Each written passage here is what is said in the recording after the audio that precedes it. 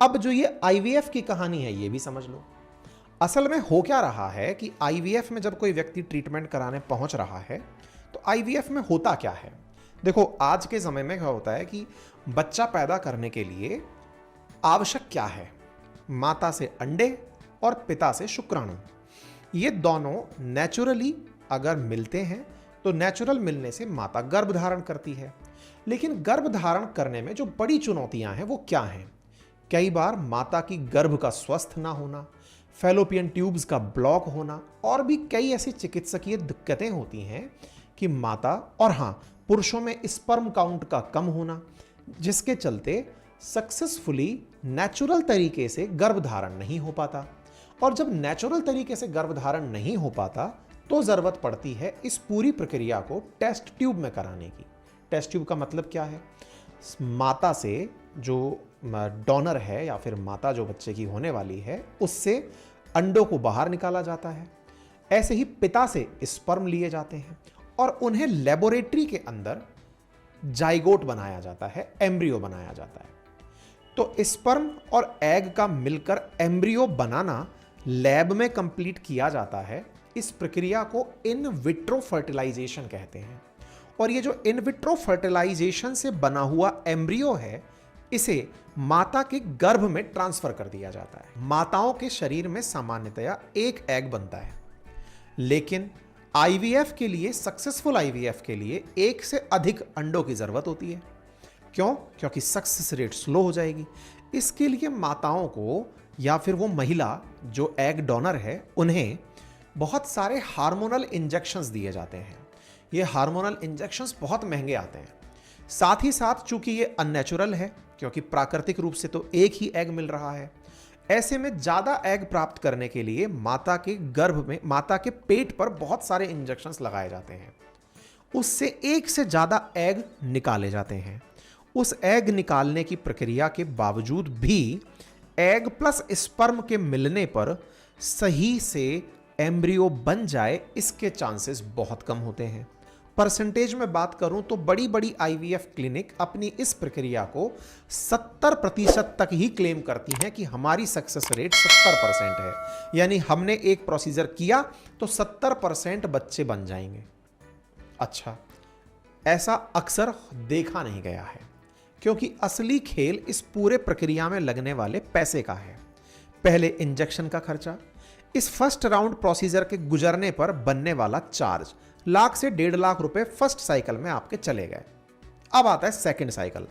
Second cycle में doctor फिर से सेम प्रक्रिया दोहराता है और इस प्रक्रिया को पहुंचाते हुए सक्सेसफुल कर भी देता है। तो सामान्यतया व्यक्ति को डबल कॉस्ट में यह प्रक्रिया प्राप्त होती है।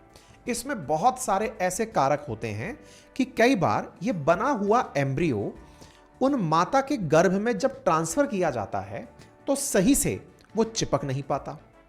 ऐसे में कई बार एक्टोपिक स्थितियां भी हो जाती हैं या फिर भ्रूण सही से चिपक ना पाने के कारण मिसकैरेज जैसी घटनाएं हो जाती हैं।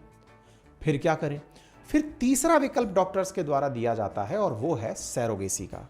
मतलब ये कि आपका अगर भ्रूण नहीं चिपक रहा है, एम्ब्रियो नहीं चिपक रहा है, तो आप इस प्रक्रिया के लिए किराए की कोख का इस्तेमाल कर सकते हैं। यानी एग डोनर, स्पर्म डोनर, ये तो मतलब प्राकृतिक रूप से बने हुए रियल माता पिता हैं जिन्हें संतान चाहिए, लेकिन एक किराए की कोख के अंदर इस एम्ब्रियो को ट्रांसफर करके संतान का लाभ लिया जा सकता है। इस प्रक्रिया में ये जो सैरोगेसी है, किराए की कोख की प्रक्रिया है, इसमें आजकल जबरदस्त ह्यूमन ट्रैफिकिंग हो रही है। सरकार ने तो ये कह रखा है कि सैरोगेसी वही लोग यूज करेंगे जिनके पास में समस्या ये है कि बच्चे हो ही नहीं रहे। लेकिन आजकल बड़े बड़े फिल्म स्टार्स को आपने देखा है, मैं नाम कोट नहीं करूंगा, लेकिन उन्होंने बिना शादी किए बच्चे कर लिए। ऐसे में उन्होंने भी सैरोगेसी का उपयोग किया होगा। इसका मतलब यह हुआ कि अब ह्यूमन ट्रैफिकिंग के माध्यम से सैरोगेट मदर्स का उपयोग किया जा रहा है। उसके चार्जेस भी हाई हैं। इन सब के बावजूद देश में बच्चा प्राप्त करना देश की एक बेसिक नीड बन चुका है।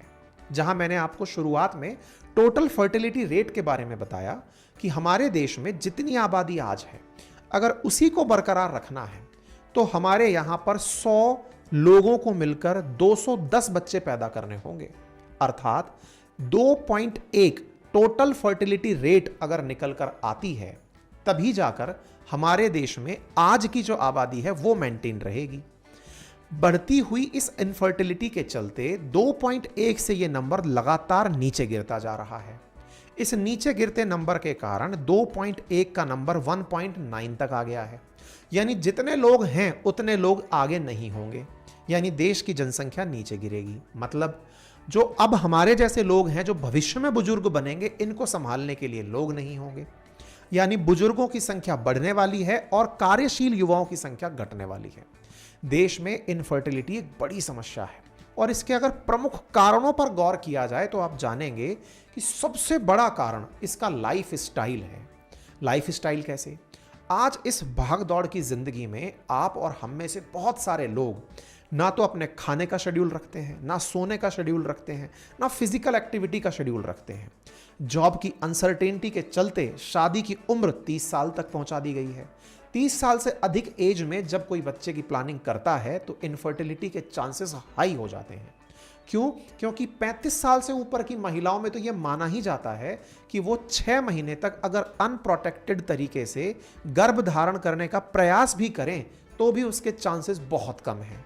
हमारे देश के अंदर इस भाग दौड़ की जिंदगी, खान पान की कमी, बढ़ते हुए पॉल्यूशन और स्ट्रेस, साथ ही साथ नशे की चलती लतों में हमारे देश की युवा जो पीढ़ी है वो आने वाले समय में और भीषण तरीके से इस इनफर्टिलिटी की तरफ जा रही है। आवश्यकता है कि हमारे हाथ में जो है ना, उससे हम लोग इसे सुधार सकें। हाथ में क्या है? Healthy life style. क्या किया जा सकता है?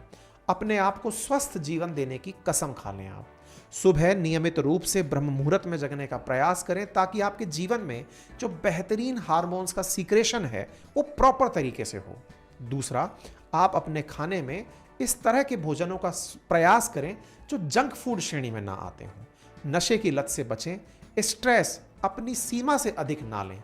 यू स्ट्रेस श्रेणी तक सही है स्ट्रेस, लेकिन अत्यधिक अगर आपने स्ट्रेस धारण कर लिया तो आपकी एफिशिएंसी और आपकी निजी जिंदगी दोनों ही प्रभावित होंगी। संभवतया इस लाइफ स्टाइल की वजह से पनप रहे इनफर्टिलिटी की दौर से आप अपने आप को और उन अपनों को जिनकी आप कद्र करते हैं निश्चित ही बचा लेंगे। इसी के साथ धन्यवाद।